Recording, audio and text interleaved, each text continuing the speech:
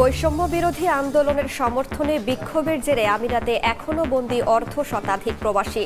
কূটনৈতিক তৎপরতায় ধীর গতির অভিযোগ পরিবারের, খতিয়ে দেখছে সরকার। প্রধান উপদেষ্টার সঙ্গে বৈঠকের আশ্বাসে কাকরাইল থেকে সরে গেলেন তাবলিগ জামাতের সাদপন্থীরা। এবং লাগামহীন দুর্নীতিতে পর্যুদুস্ত সব খাত, বললেন অর্থ উপদেষ্টা। কিছু ব্যাংক খুঁড়িয়ে চললেও বন্ধ হবে না কোনোটি। আদানির বিদ্যুৎ আমদানিতে ৫,০০০ কোটি টাকার কর ফাঁকি পিডিবির।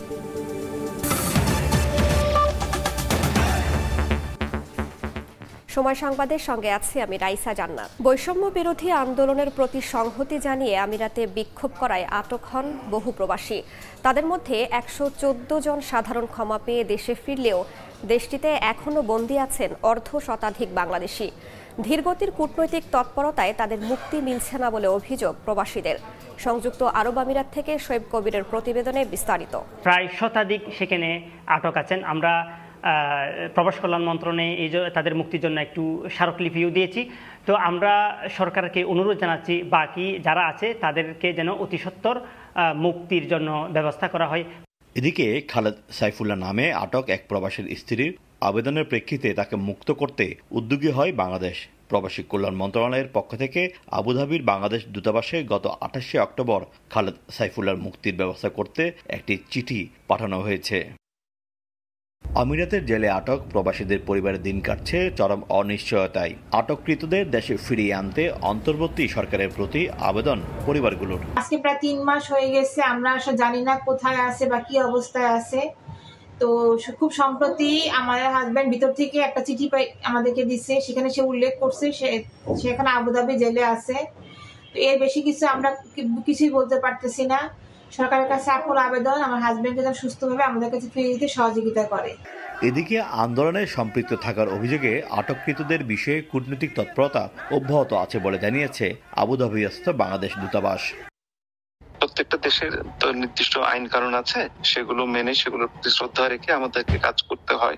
আমরা সেই আইন কানুনগুলো মেনে আমরা আমাদের যে প্রচেষ্টা, কূটনৈতিক যে প্রচেষ্টা, সেটা আমরা অব্যাহত রেখেছি। বিষয়টি খতিয়ে দেখছে অন্তর্বর্তী সরকার। খতিয়ে দেখা হচ্ছে, যদি সেরকম কোনো অবস্থা থাকে সেটা নিয়ে আপডেট আসবে। ধারণা করা হচ্ছে আমিরাতের জেলে এখনও আটক আছেন ৭০ জনের বেশি প্রবাসী বাংলাদেশি। সময় সংবাদের হাতে আসা তালিকায় তাদের বেশ কয়েকজনের পরিচয় পাওয়া গেছে। বৈষম্য বিরোধী ছাত্র আন্দোলনে সংযুক্ত আরব আমিরাত থেকে প্রত্যক্ষ ও পরোক্ষভাবে সংহতি জানানো অর্ধ শতাধিক বাংলাদেশি আটক রয়েছে দেশটির জেলে। এ বিষয়ে আবুধাবিস্থ বাংলাদেশ দূতাবাসের কূটনৈতিক তৎপরতা ধীরগতি হওয়ার কারণে অনিশ্চিত হয়ে পড়েছে তাদের ভাগ্য। তারা কেউই জানে না কখন তাদের মুক্তি মিলবে কিংবা কখন তারা দেশে ফিরে যাবে।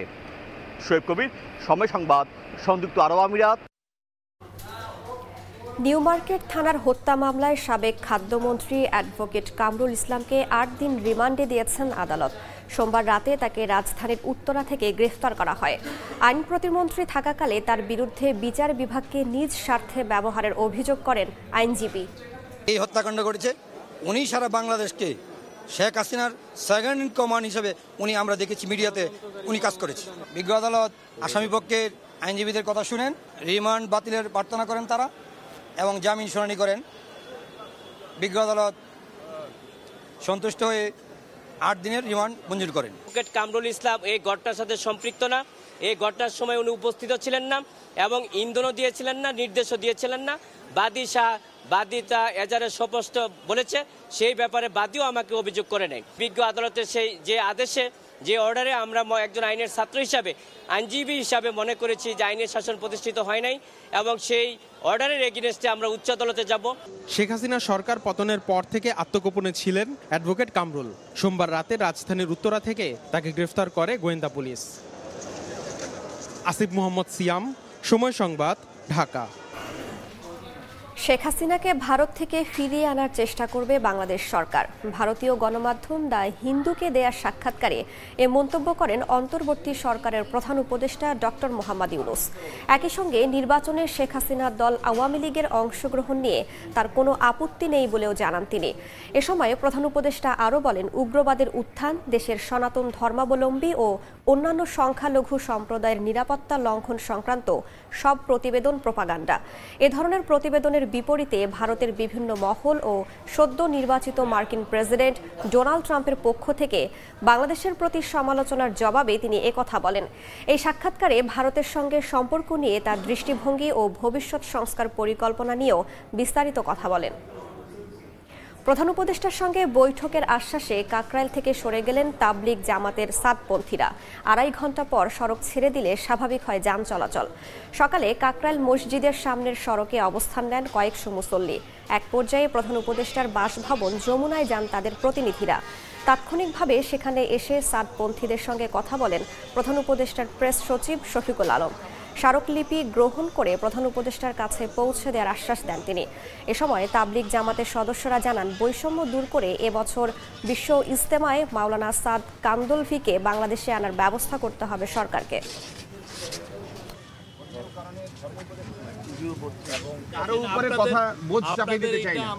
বর্তমান গভর্নমেন্ট থেকে চাচ্ছি যে আমাদের আমির সাহেবকে আনার ব্যাপারে সমস্ত ব্যবস্থা করে দেওয়া হয়। মাওলানা সাদ কান্দলভি যেন আগামী 5 দিনের জোর, আগামী মাসের 20 থেকে 25 তারিখ তাতে যেন উনি আসতে পারে।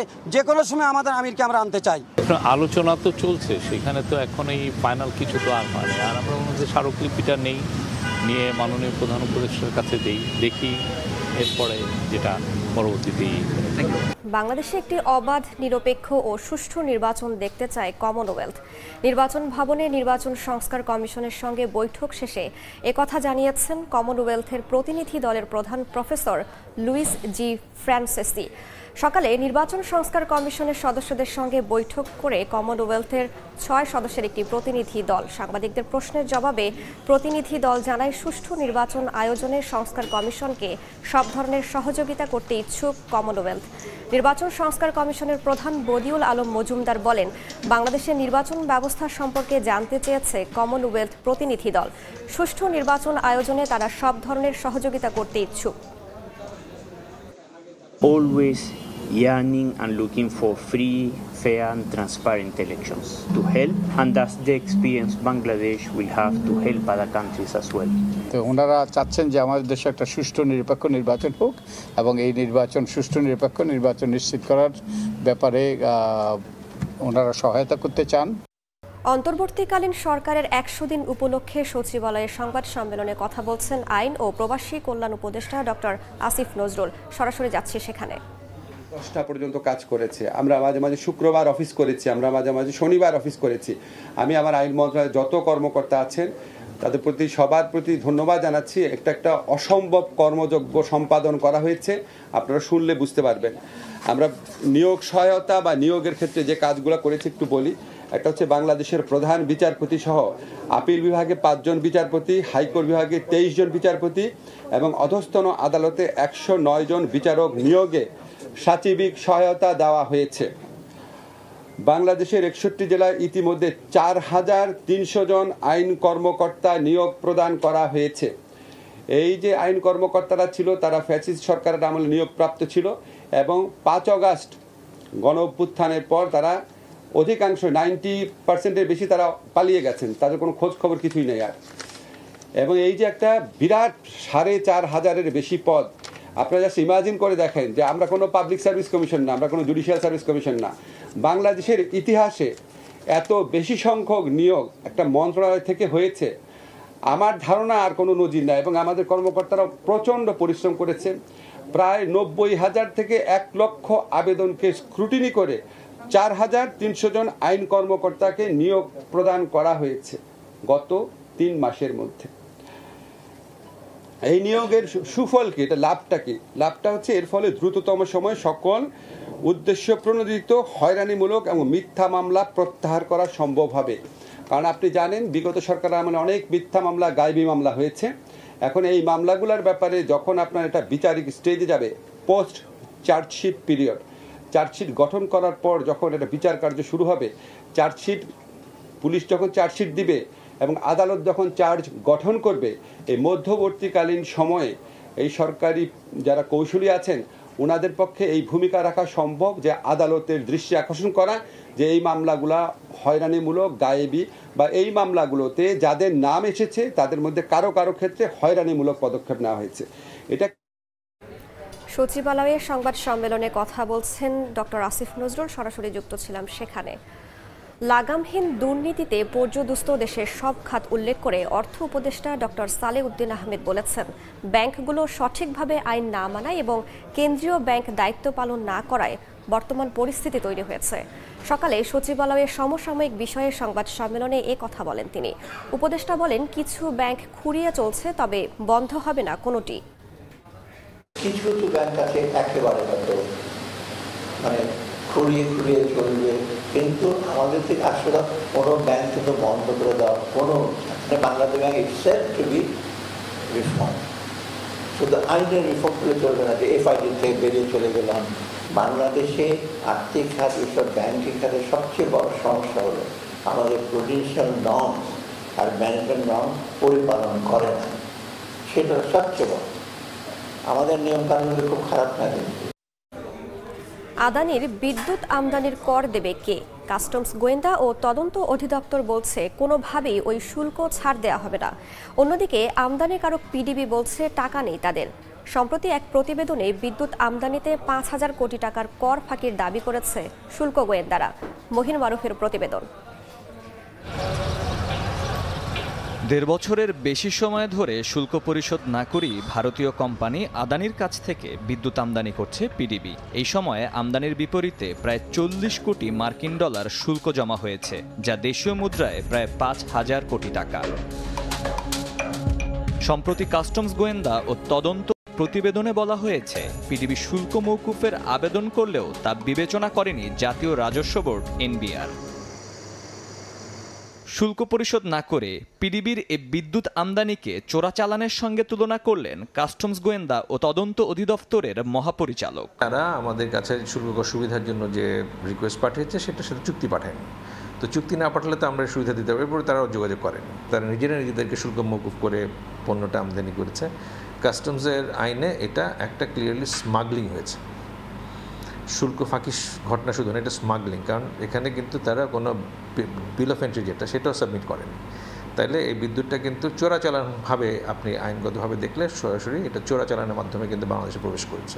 আগে ভারতীয় প্রতিষ্ঠান থেকে বিদ্যুৎ আমদানিতে শুল্ক মাফ করা হয়েছে, তাই আদানির ক্ষেত্রেও এমনটা ভেবে নেওয়া হয় বলে জানান পিডিবির চেয়ারম্যান। আর শুল্ক পরিশোধে অর্থ মন্ত্রণালয়ের দিকেই তাকিয়ে তিনি। আমরা কোনো চিঠির মাধ্যমে কোনো কনসোলিডেটেড কোনো ফিগার বা কোনো কিছু এখন পর্যন্ত আমরা এটা অফিসিয়ালি এখনো পাইনি। মন্ত্রণালয়ে অলরেডি আমরা আবার একটা চিঠি লিখেছি এত বিষয়ে করণীয় সম্পর্কে আমরা জানতে চাইছি আর কি। একজন জ্বালানি বিশেষজ্ঞ বলছেন, শুরু থেকেই আদানির সঙ্গে বিদ্যুৎ চুক্তি নিয়ে আওয়ামী লীগ সরকারের অবস্থান ছিল অস্পষ্ট। চুক্তিটি দেশের স্বার্থবিরোধী, সেটি এখন প্রকাশ পাচ্ছে।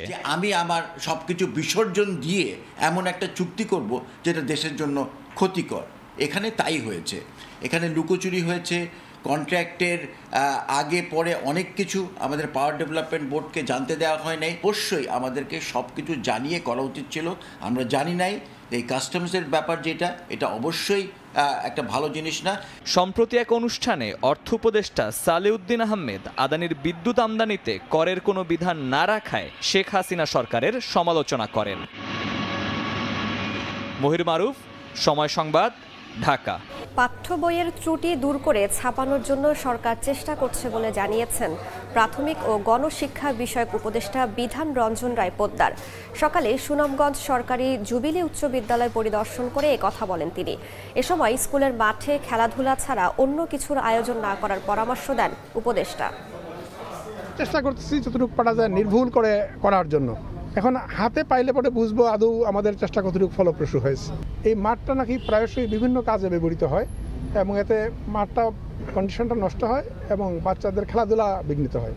তো আমার মনে হয় এই বিষয়টাও জেলা প্রশাসন থেকে আপনারা দেখবেন আর স্কুল কর্তৃপক্ষ, যে মাঠটা যেন মাঠের কাজে ব্যবহৃত হয়, শুধুমাত্র ইয়ের জন্যই না, ফিটনেসের জন্যই না। এতে কি হয়, টিম ওয়ার্ক করতে শিখে বাচ্চারা।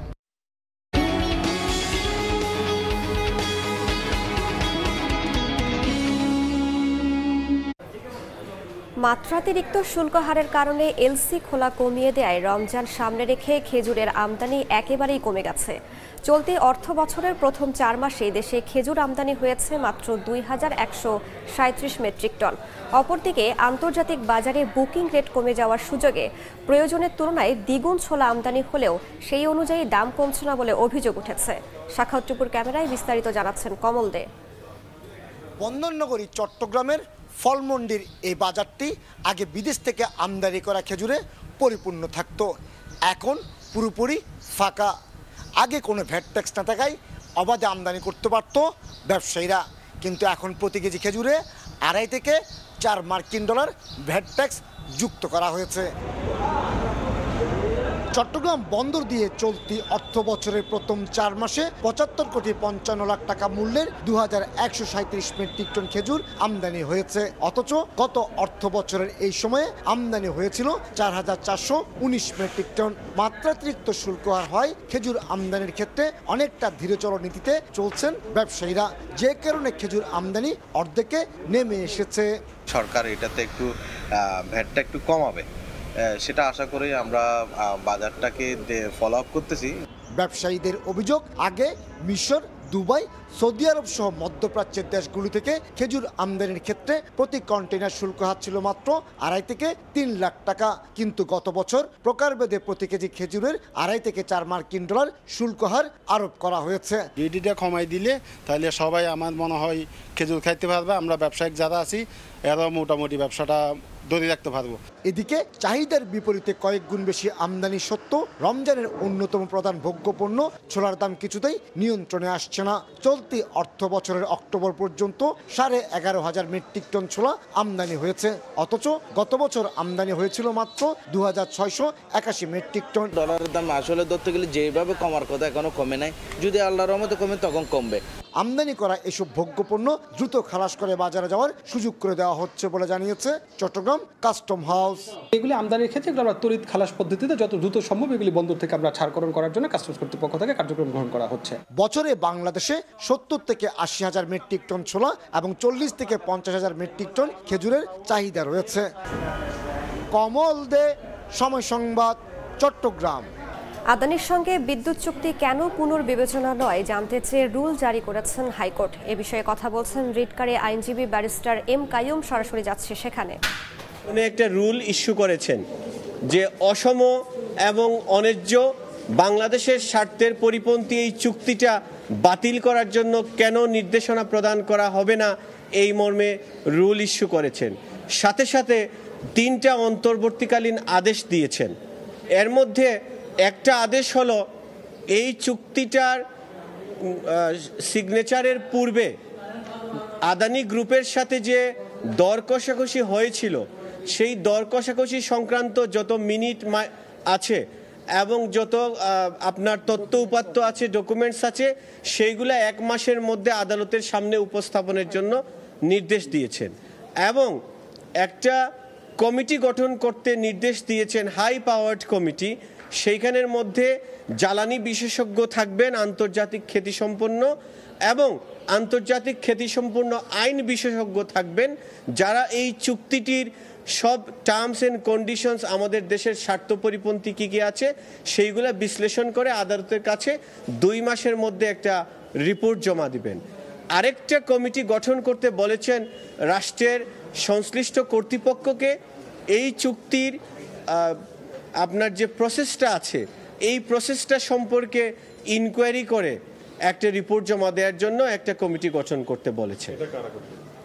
এইটাও রাষ্ট্রের সংশ্লিষ্ট কর্তৃপক্ষ যারা আছেন তাদের উপর নির্দেশ দিয়েছে।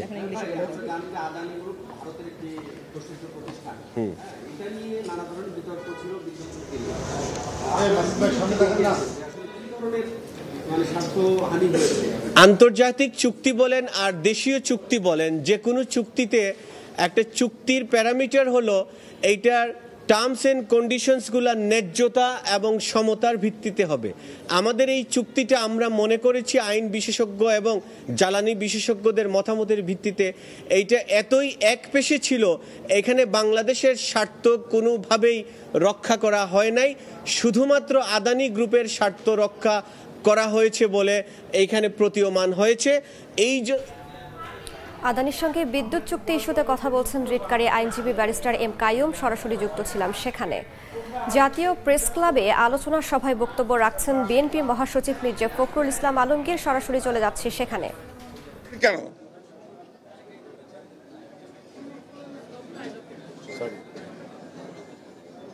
তখন উনি যখন বোধ করলেন যেটা আমাদের প্রয়োজন, যে এখানে রাজনৈতিক প্রক্রিয়া ছাড়া প্রকৃত যে সুশাসন, উন্নয়ন, এটা মানুষকে দেয়া যাবে না। এই জন্য তিনি যখন রাজনৈতিক দলগুলোর সঙ্গে কথা বলা শুরু করলেন, তিনি প্রথম কথা বলেছিলেন আওয়ামী লীগের সঙ্গে। এগুলো একটু পড়লে আপনারা জানতে পারবেন। প্রথম কথা বললেন তিনি আওয়ামী লীগের সঙ্গে। আওয়ামী লীগ তার সঙ্গে কথা বলার পরে তাকে এমনভাবে কথা বলল যে তিনি বুঝলেন যে এরা তার সঙ্গে থাকবে না। এরপরে তিনি ন্যাপ ভাসানী, মুজাফফর ন্যাপ, মোহাম্মদ তোহা, মোহাম্মদ হকের পার্টি, মুসলিম লীগ, যতগুলো দল ছিল সকলের সঙ্গে পরপারাক করে কথা বললেন। কথা বলে উনি ফ্রন্ট তৈরি করলেন। এই ফ্রন্টে দেশপ্রেমিক, জাতীয়তাবাদে বিশ্বাসী দলগুলো তার সঙ্গে যুক্ত হলো। কিছু হলো অপোজিশনে। এরপরে আসলে আপনার তিনি দল গঠন করলেন, জাতীয়তাবাদী দল। সেখান থেকে জাতীয় প্রেস ক্লাবে আলোচনা সভায় বক্তব্য রাখছেন বিএনপি মহাসচিব মির্জা ফখরুল ইসলাম আলমগীর, সরাসরি যুক্ত ছিলাম সেখানে। শরীয়তপুরে পদ্মা সেতু প্রকল্পের কনস্ট্রাকশন ইয়ার্ড ও ডান তীর রক্ষা বাঁধের 100 মিটার ধসে গেছে। গত এক সপ্তাহে নদীগর্ভে বিলীন হয়েছে ধর্মীয় ও শিক্ষা প্রতিষ্ঠান সহ বেশ কয়েকটি ঘরবাড়ি। ড্রেজার দিয়ে অবৈধভাবে বালু উত্তোলনের কারণেই এমন বিপর্যয় অভিযোগ এলাকাবাসীর। পদ্মার তীর ঘেঁষা বাড়িটি পূর্ব নাওডোবা ইউনিয়নের জলিল তালুকদারের। হঠাৎই বেড়িবাঁধের একাংশ ধসে পড়ায় ভাঙ্গন আতঙ্কে দিন পার করছেন তিনি। জলিল তালুকদারের মতো এমন শত শত পরিবার দুশ্চিন্তায় দিন কাটাচ্ছে। তারা জানান, সম্প্রতি পদ্মা সেতুর জাজিরা প্রান্তে 100 মিটার বাঁধ ধসে গেছে, সরে গেছে কংক্রিটের সিসি ব্লক, দেখা দিয়েছে নতুন ফাটল। একই এলাকার নদীর বাম তীর পাইনপাড়ায় এরই মধ্যে ভেঙে গেছে মসজিদ। নদীগর্ভে চলে গেছে শিক্ষা প্রতিষ্ঠান সহ শত শত পরিবারের বসতভিটা। স্থানীয়দের অভিযোগ, ভাঙন রোধে এখনো কোনো ব্যবস্থা নেয়নি পানি উন্নয়ন বোর্ড। হঠাৎ করে সেদিন কেমন ভাঙ্গা রাস্তাটার দশা নিলে আমাদের মাল সামানো সরাই ভাবতেই না। এই বেড়িবাঁধ তখন যদি এখন যদি মেরামত না করে, আগামী বর্ষায় মনে করেন আমাদের বেড়িবাঁধ আছে সব তো মনে করেন 2-4 কিলোমিটার ভিতরে ঢুকে যাবো। সরকার যদি আমার গানটা শাসন করে দিত তাহলে আমরা একটু নিরাপদে থাকতে পারতাম। যদিও পানি উন্নয়ন বোর্ড বলছে ভাঙন রক্ষার জন্য দ্রুত জিও ব্যাগ ডাম্পিং এর ব্যবস্থা করা হবে। রক্ষার জন্য ইতিমধ্যে আমরা ঊর্ধ্বতন কর্তৃপক্ষকে জানিয়েছি, ঊর্ধ্বতন কর্তৃপক্ষ সাইট ভিজিট করেছে এবং তারা তাদের সদয় নির্দেশনা মোতাবেক আমরা যত দ্রুত পারি এখানে রক্ষা করার ব্যবস্থা গ্রহণ করব। 2010-11 সালে পদ্মা সেতু থেকে মাঝির ঘাট হয়ে পূর্ব নাওডোবা আলমখার কান্দি 0 পয়েন্ট পর্যন্ত বাঁধ নির্মাণ করা হয়। 2 কিলোমিটার পদ্মা সেতু ও কনস্ট্রাকশন ইয়ার্ড রক্ষা বাঁধটি নির্মাণ করতে ব্যয় হয়েছিল 110 কোটি টাকা। সময় সংবাদ, শরীয়তপুর। বাংলাদেশ সহ বিশ্বের কোনো দেশেই শান্তিপূর্ণ সমাবেশে প্রশাসনের হস্তক্ষেপ দেখতে চায় না যুক্তরাষ্ট্র। সোমবার মার্কিন পররাষ্ট্র মন্ত্রণালয়ের ব্রিফিংয়ে সাংবাদিকের প্রশ্নের জবাবে এ কথা বলেন মুখপাত্র ম্যাথিউ মিলার। তিনি বলেন, শান্তিপূর্ণ বিক্ষোভে যে কোনো সহিংসতাকে সমর্থন দেয় না মার্কিন প্রশাসন। But we have made clear to the government of Bangladesh, as we make clear to countries all around the world, that we support the right to peaceful protest, and that in no way should any government engage in violent crackdowns on peaceful protest. এই ছিল সময় সংবাদের, সঙ্গেই থাকুন সময়।